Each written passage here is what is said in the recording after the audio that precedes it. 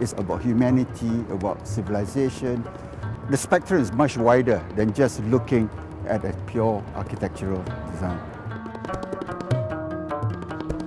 It's very special. I mean, it recognizes the real work of an architect. I mean, this cultural input he has on society and a community. And it forces architects to rethink their role, rather than master designers, but maybe as mobilizers and activists and concerned with the politics of human condition.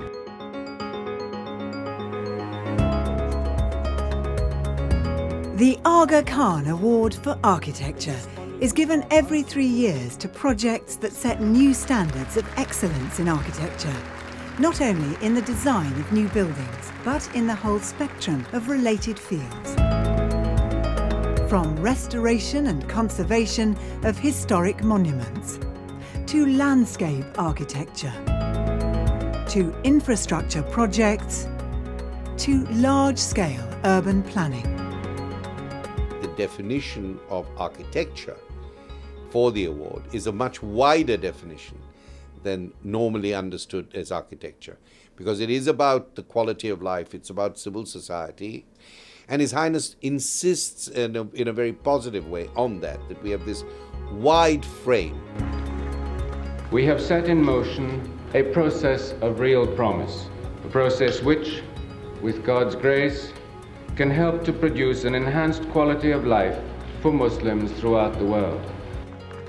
Founded by His Highness the Aga Khan in 1977, the award has established a reputation as one of the most prestigious and coveted prizes in its field.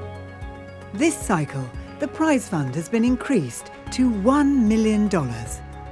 His Highness made a decision to increase the prize money, and I believe that he did that with a sensitivity to the fact that the prize money is going to provide assistance and encouragement for more initiatives. We have seen that premiated projects produce offsprings, and I think that this is where its agency and power lies, in encouraging more of the good initiatives. The high standing of the award is rooted in the unique rigour of its selection process.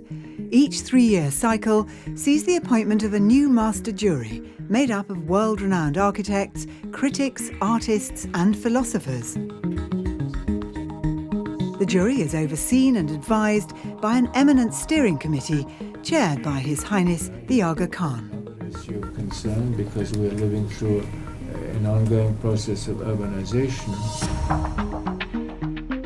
The jury meets to consider nominations and select a shortlist. The shortlisted finalists are then visited on site by expert reviewers who collect information on all aspects of each project. You do metrics? Less than you do. They use the traditional measuring system.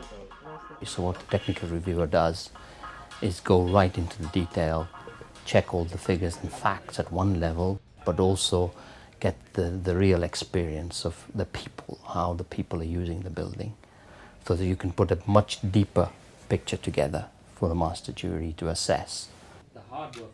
The reviewers present their findings in person to the master jury to help them decide which of the finalists should be awarded the ultimate prize. Insisted on specifying it like that. I was totally amazed with the level of details that's been discovered by the reviewers. You're entering behind the students. I've said before in juries of pure architecture, this is different, this is totally different. Our technical reviewers were magnificent. Some of the walls which don't come. They are fantastic storytellers, and conversation with technical reviewers were one of the highlights of this particular cycle review for me. From that analysis, it allowed us as a jury to quickly understand which projects really achieved excellence and went beyond just the imagery of photographs that were presented to us. This year's finalists are a typically diverse group, ranging from a primary school in Rwanda to a high-rise apartment block in Thailand. Choosing the winners proved as challenging as ever.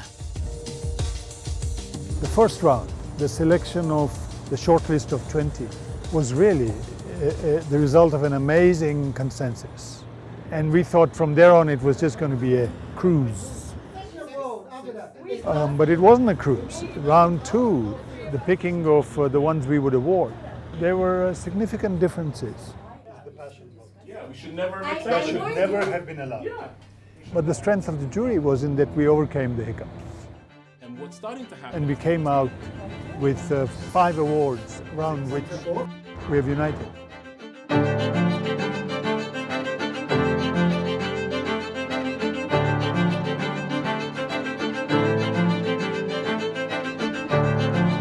The Hassan Dur Bridge links the cities of Rabat and Saleh to form an urban hub.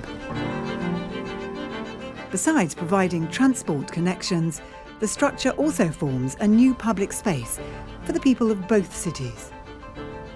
The people can use infrastructure as the roof. They will develop here a market, they will develop whatever they want. I'm very proud of the fact that infrastructure is not disconnected to the social landscape, to the society.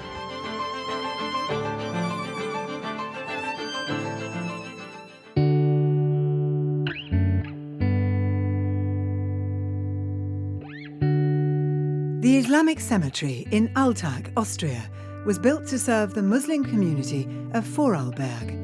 Its monumental, minimalist design makes the most of its magnificent alpine setting.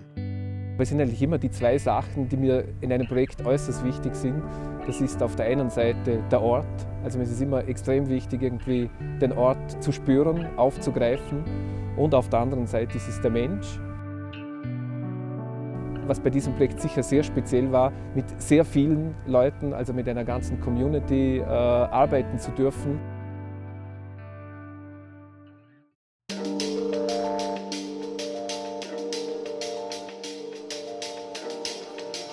Covering 27 hectares, with over 5.5 kilometres of covered markets, an integrated mosque and several public spaces, the Tabriz Historic Bazaar Complex is no easy building to maintain.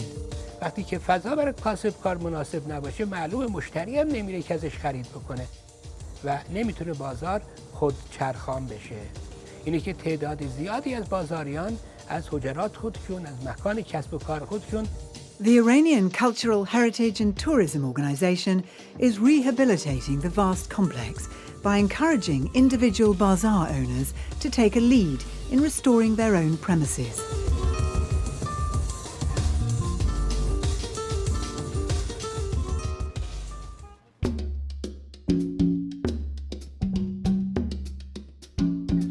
Built by the Italian NGO Emergency, the Salam Centre for Cardiac Surgery serves patients from 23 countries. We talked as ministers of health with our neighbors. We said, let us actually make health as a bridge for peace. We get people from other countries and they get treatment here. We get others to be trained here. And this is, in fact, a good idea of cooperation. The hospital makes use of energy-saving features such as a double-skin roof, while the accommodation block incorporates the reuse of shipping containers used to transport building materials to the site.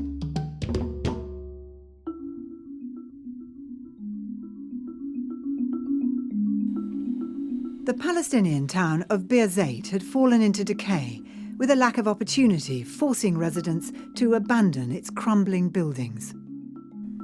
The Rewaq Centre for Architectural Conservation has brought Birzeit back to life, creating employment and reviving lost skills in the process. Birzeit project from the beginning was a project for the people. It was never about the stone. So restoration for us was a tool to engage the people with this project. So we believe Birzeit functioned as a pilot for what it takes if we want to make Palestinian historic centers function again and they become a place for connectivity.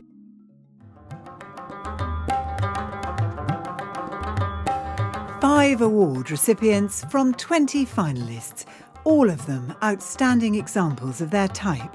They take the total number of awardees to 110, a roll call of excellence spanning 36 years, and a beacon of inspiration for architects throughout the Muslim world and beyond.